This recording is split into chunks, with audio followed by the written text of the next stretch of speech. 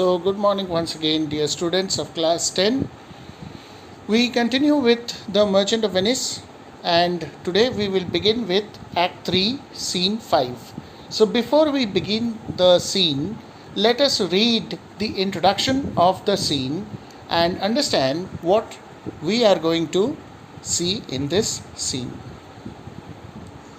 So, we come to the introduction, page 107. Please take out your textbooks and please follow whatever you can see on the screen. Now, Act 3, Scene 5 begins with a humorous dialogue from Lancelot. The arrival of Lorenzo cuts short Lancelot's foolery, for Lorenzo orders him to go inside. Left alone, Lorenzo asks Jessica how much she likes Portia, to which she replies that there is no woman in the world equal to her. So, on one hand, we meet Lancelot. Lancelot is once again united with Jessica, and the two of them are talking, and suddenly Lorenzo comes there. Now, Lorenzo is the man in Jessica's life, and Lorenzo begins to feel a bit jealous to see another man with his wife. Though he knows the relationship between Lancelot and Jessica. So it is all in fun, not anything serious. And then Lancelot goes inside the house, and now Lorenzo is asking Jessica about Portia, what she feels about Portia. And Jessica is full of praise about Portia. The scene is set in a lighter vein, which refreshes and amuses, and thus heightens by contrast the seriousness of the trial scene which is to follow. This is purposely a light scene, a humorous scene created by William Shakespeare at this stage of the play, so as to lighten the burden, because after this comes the trial scene, Act 4, Scene 1. So that is the scene of climax of the main plot of the play, and that is the reason why William Shakespeare creates this intermittent scene which eases the burden from the heart of the audience, of the reader. So let's see what we have in this scene. Let us begin the scene. Scene 5, Belmont, a garden. Enter Lancelot and Jessica. Lancelot: yes, truly, for look you, the sins of the father are to be laid upon the children. Therefore, I promise you, I fear you, I was always plain with you, and so now I speak my agitation of the matter. Lancelot is never going to change. He always misuses words. He does not know the meanings of words, but he uses them, and so he uses them in the wrong place. That is what he is doing here also, and this adds to the humor, and this makes the audience laugh. The Elizabethan audience is much amused by this kind of dialogue given by Lancelot. Now, Lancelot is saying, yes, truly, yeah, that is very true, because look, I believe that the sins of the father are to be laid upon the children. Now, this is what I believe. Now, there is a biblical reference here. Look you means you see. Now, you see the references or the explanations provided alongside. I'm zooming in so that you can see better. Reference is made to the Bible, book of Exodus, chapter 20, verse 5. There it is given, I, the Lord, thy God, am a jealous God, visiting the iniquity of the fathers upon the children. So it is mentioned in the Holy Bible that if the father commits anything wrong, the effect of that wrong or the sin of the father comes upon the children. So Lancelot says that I firmly believe in what the Bible says. Therefore I promise you, I fear you. Therefore I promise you. Actually, he does not want to promise anything, but it is his way of saying, therefore I can assure you. I fear you is again wrong English, because he should have said I am afraid, but he says I fear you. I was always plain with you. I have always been straightforward with you, and so now I speak my agitation. Now, he shouldn't have said agitation. Agitation means anger, and instead of agitation, Lancelot means to say cogitation. Now, cogitation means thought, and I fear you, I fear for you. Plain means honest, laid upon, revenged upon. So these are the meanings explained here. Anyway, I have always been straightforward with you, and I am speaking about my thought of the matter, what I think about this matter. Therefore, be of good cheer, for truly I think you are damned. Therefore, be happy as of now, because I am sure after you die, your soul will be taken to hell. You are condemned. Why? Because your father is Shylock the Jew, and he is a sinner. He is such a nasty man, and so you have to suffer. Your soul will be taken to hell. So as long as you are alive, enjoy your life, because after death, when your soul will be taken to hell, you will be a sufferer.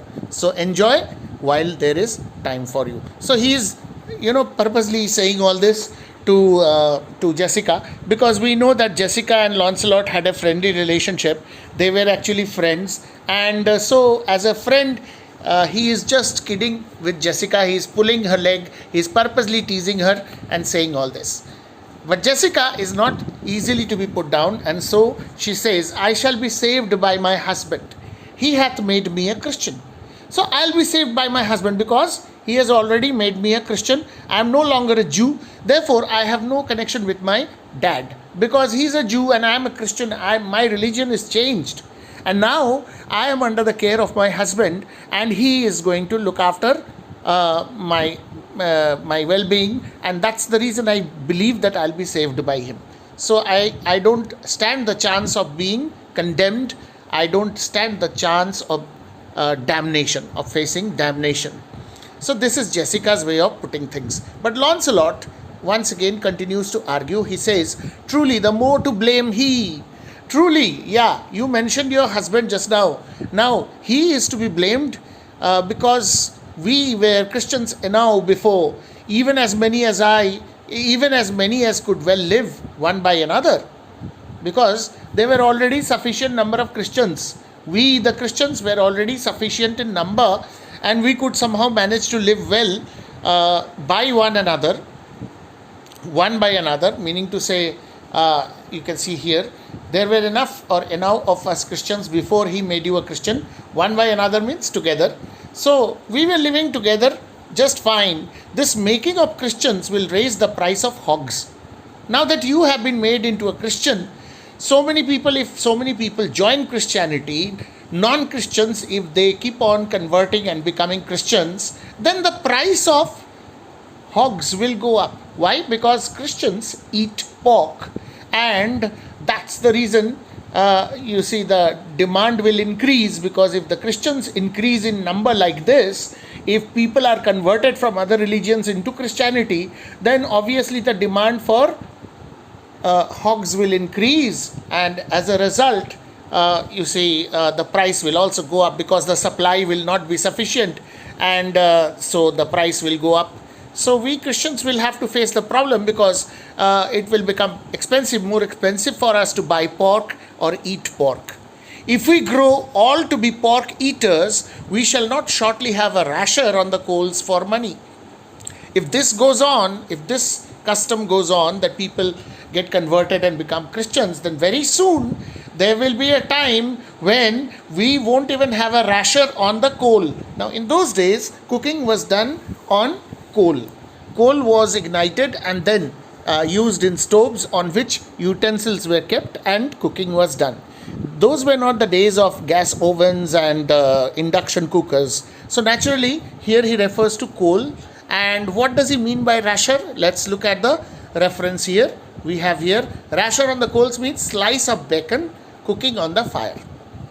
Bacon means pig flesh or pork. So very soon, a time will come that we will not be able to have even a slice of pork. We will not be able to cook even a slice of pork by keeping it on coal. So this is what he means to say, that the price of pork or hogs will go up, and very soon there will be a shortage of supply. The hogs will be in short supply and we will not be able to eat pork. Now, pork was forbidden for the Jews, as we already know, because if you remember, Shylock had said that he will not eat with, drink with, and pray with Christians, and he does not even want to go to Antonio and Bassanio's place, because he does not want to smell the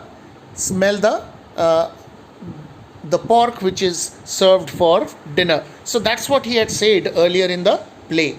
because as Christians, they will be allowed to eat pork, which is forbidden to Jews. So that is what is meant here. So hogs means pigs. Now Jessica, so you can see that Lancelot is criticizing the manner in which Jessica has been converted into a Christian, and now because of such conversions, if these conversions go on happening, if people go on marrying non-Christians and converting them into Christians, then very soon pork will be becoming very expensive, and they may not have enough supply, and they may not be able to eat a dish of pork ever again. So this is Lancelot's way of pulling Jessica's leg. He's not actually serious. So don't take this as a serious conversation. This is just out of fun. Just as two friends tease each other, so also here Lancelot is teasing Jessica. And then Jessica says, I'll tell my husband. Lancelot, what you say? Here he comes. Wait, I'm going to tell my husband. Whatever you have told me just now, I'm going to tell him now. He is coming here now. Because Lorenzo is seen approaching. So Jessica is saying, wait, I'm going to tell Lorenzo whatever you have said. So I'll tell my husband, Lancelot, what you say. Here he comes. And Lorenzo enters the scene. And Lorenzo says, I shall grow jealous of you shortly, Lancelot, if you thus get my wife into corners. So you see, this is also out of fun. Though Lorenzo knows very well that Lancelot and Jessica are actually good friends, he says that I should start getting jealous of you, Lancelot, if you keep on taking my wife to corners and talking to her like this, as if in privacy. So I will start getting jealous. So into corners means where you can whisper together. So I'll be growing jealous if you are always busy talking in low voice with my wife, taking her to corners. So I'll start feeling jealous that you both are up to something. And so he says this. So we move to page 108, and Jessica says, Jessica reassures Lorenzo that there's nothing to fear. So Jessica says, nay, you need not fear us, Lorenzo. Lancelot and I are out. No, you don't have to fear anything, Lorenzo, because I and Lancelot, we have quarreled. We are not in talking terms with each other. We have already had a fight. He tells me flatly, there is no mercy for me in heaven. He is telling me in a very straightforward manner that there is no scope of mercy for me in heaven because I am a Jew's daughter.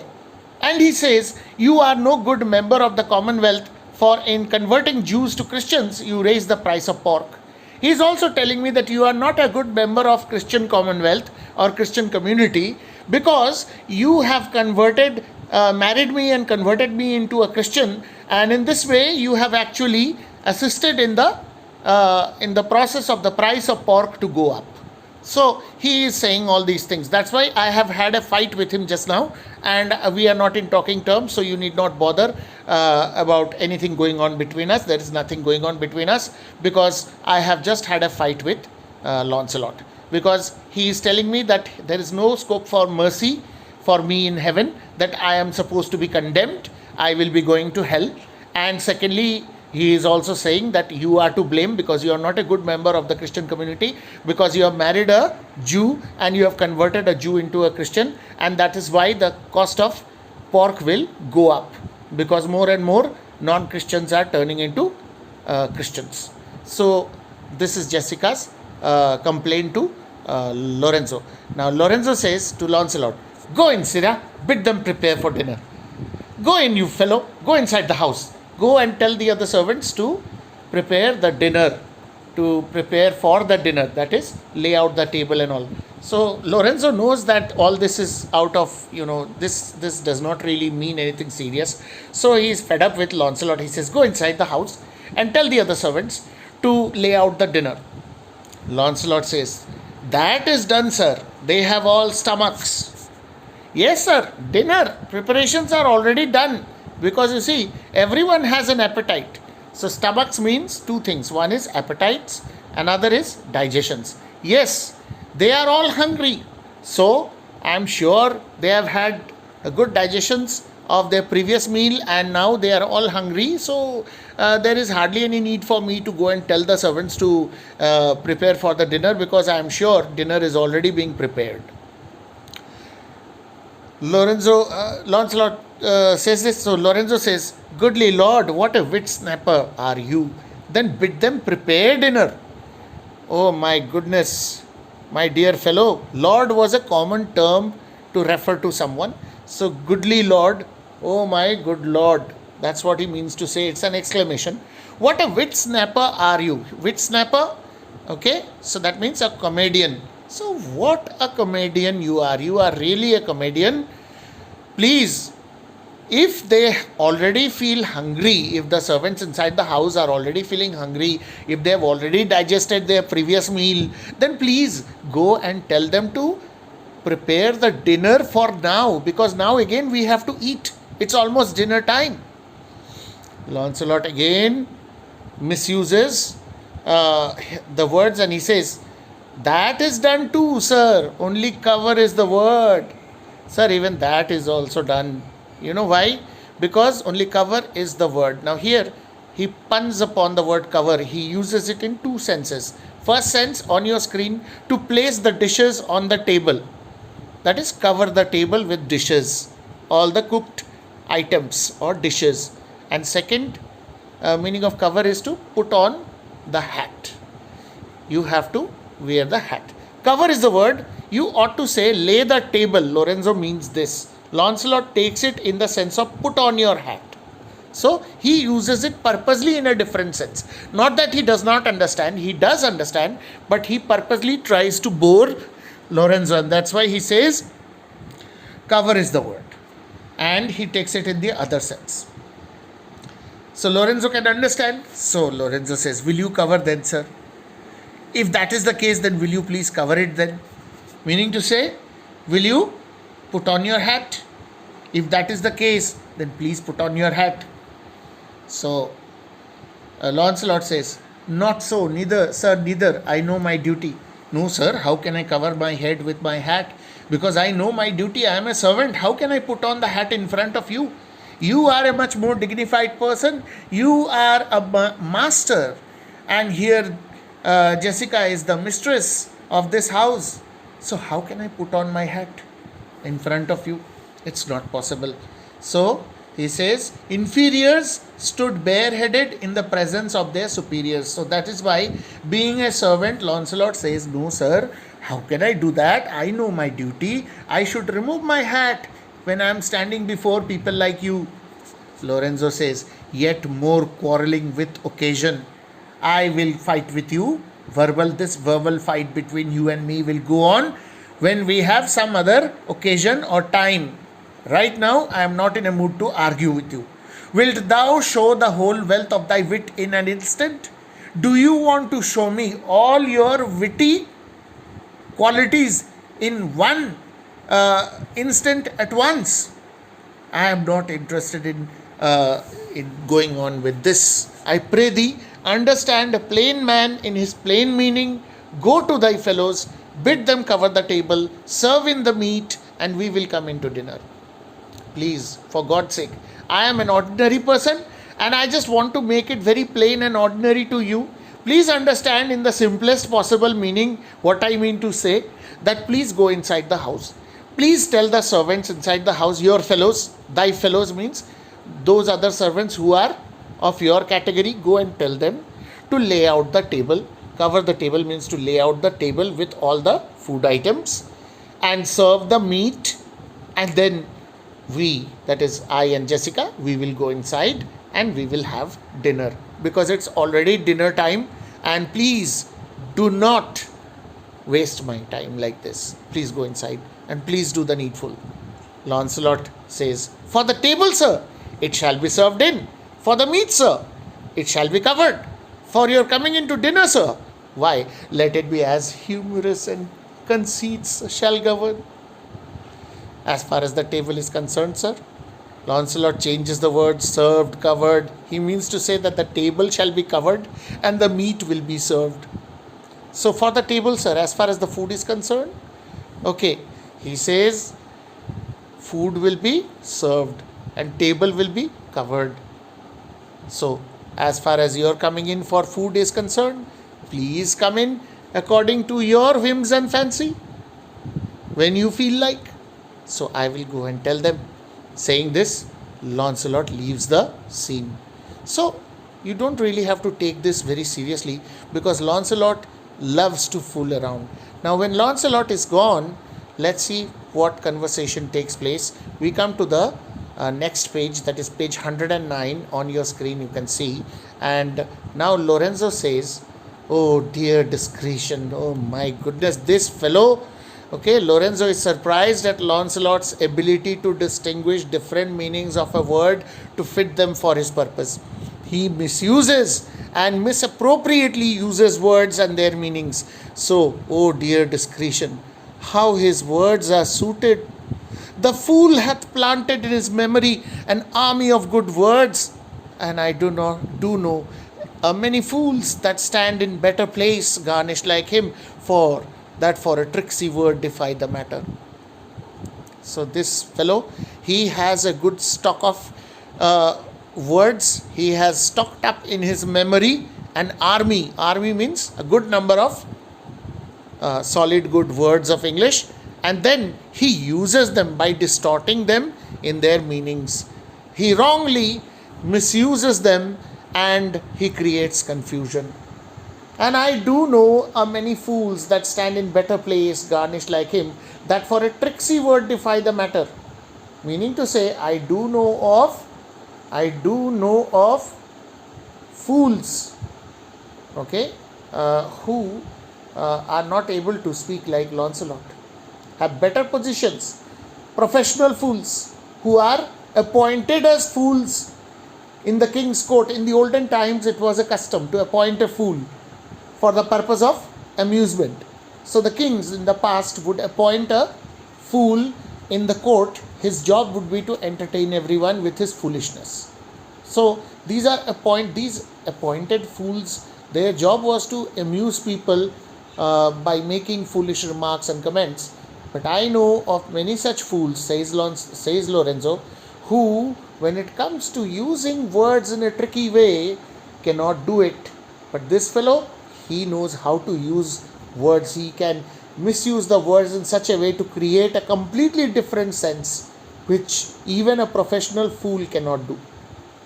So, a word which enables a trick to be played with double meaning. Avoid the real meaning by confusing people. So, even the professional fools are not able to use the words in a double meaning as this guy is able to do. This guy is too much. He is commenting about Lancelot. How cheerest thou, Jessica? Anyways, how do you do, Jessica?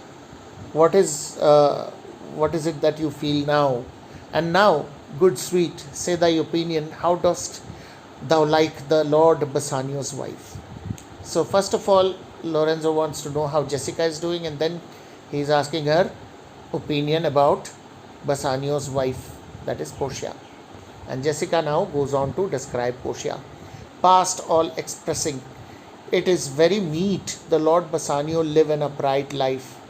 Well, Portia is beyond all praise. I mean, words cannot possibly be used to express her qualities. I mean, she is past all expressing, and it is very necessary now. Meet here means necessary or most appropriate now for Bassanio to live a proper upright life. All that he does from now on after having married Portia should be in a proper decent manner.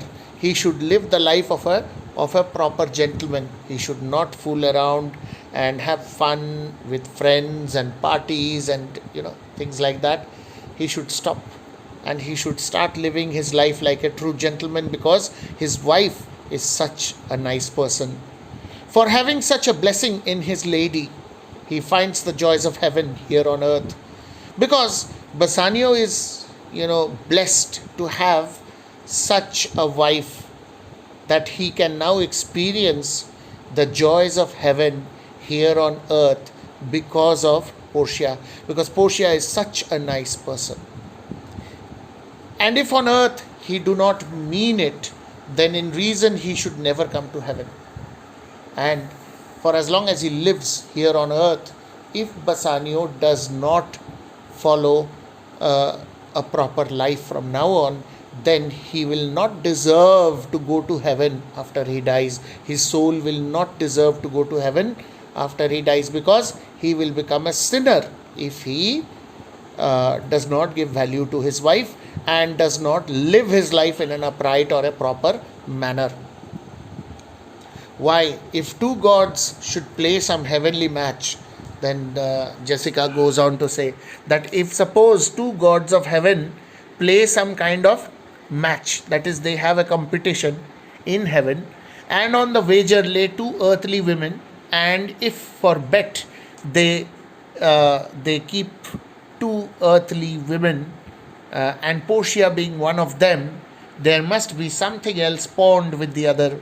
Then there must be something else pawned with the other, because it's impossible to find somebody like Portia or an equal of Portia here on earth. Otherwise, there must be some malpractice that somebody has pawned. Pawning means giving bribe. In this case, it refers to giving bribe to keep somebody alternatively side by side with Portia. For the poor rude world hath not her fellow, because in this poor rude world there is nobody who could be compared to Portia. So, if here the explanation is given very clearly, so you can have a look. If two heavenly gods were to play some game of skill or some kind of heavenly match, and two earthly women were to be the wager is the bet, staked on the result of the contest, and if Portia were one of the two, there would have to be some additional value added to the other woman to make the stakes equal, because this crude world does not have a woman equal to Portia. So, if somebody has to be kept as an equal of Portia, then some additional quality has to be added to make her an equal. Otherwise, here on earth, it's not possible to find somebody who is equivalent to Portia. Lorenzo says, even such a husband hast thou of me as she is for a wife. So just as she is a good wife and a most appropriate wife for Bassanio, similarly, Jessica, you have also got a husband. I am also, in my qualities, just like Portia. So you should also think of yourself very lucky. So Lorenzo is trying to give himself airs. He is trying to show that he too has very good qualities, and so Jessica should be very proud of him, and not only proud, should feel that way, that she has the best husband in the world. But Jessica, of course, this is now between husband and wife, between the lover and the beloved. Jessica and Lorenzo now tease each other from here on. Jessica says, nay, but ask my opinion too of that. No, don't jump to conclusions. First, you should ask me my opinion as to what I think about you. How can you say that you are as good as Portia? You should ask me. Somebody should be asked about it. How can the person himself say I am good? Somebody should be asked. So you ask me. Let me tell you what you are. Then only you should say like that. Otherwise not.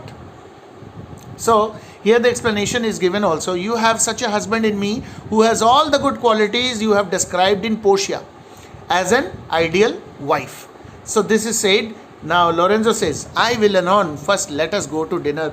So we have come to the last page of this scene. The scene is coming to an end. So Lorenzo says, I will very soon ask you about your opinion, what you think of me, but first let's go inside and have food. Let's go and have dinner. Jessica says, nay, let me praise you while I have stomach. So let me praise you, let me listen to my praise words about you while I have this interest of saying so. Stomach here means hunger.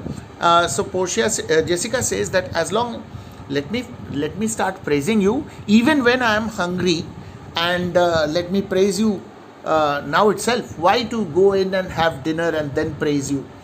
So Lorenzo says, no, pray thee. No, I request you, let it serve for table talk. No, I request you, please, you tell me what you feel about me while we sit for dinner and eat our dinner. So it can be part of our table talk. While we are having dinner, we can talk about this. then howsoever thou speakest, among other things, I shall digest it. Because then, no matter what you say about me, I'll be able to digest it with the food. So Lorenzo partially knows that he is not as good as Portia, though he was trying to compare himself to Portia. So now he's alarmed when Jessica wants to speak. He says, no, let's call it, let's do it while having dinner. You can then tell me whatever you feel about me, and I'll be at least able to digest it with the food. Jessica says, well, I'll set you forth. Well, you just wait. I will praise your qualities. Set forth your qualities. Otherwise, it also alternatively means put you in your place. That means I will put you in the place where you deserve to be. What you actually are, I will tell you. Let's go inside. So with this, the two lovers go inside the house of Portia for dinner, and the scene comes to an end. So I have explained line by line, and I hope all of you have understood the lines. If not, if there is any confusion, you can always go back to my explanation in this video and listen again, and you can also read the notes given alongside and understand. So you should also read the workbook portion related to this scene, and I'm sure you will be able to understand. So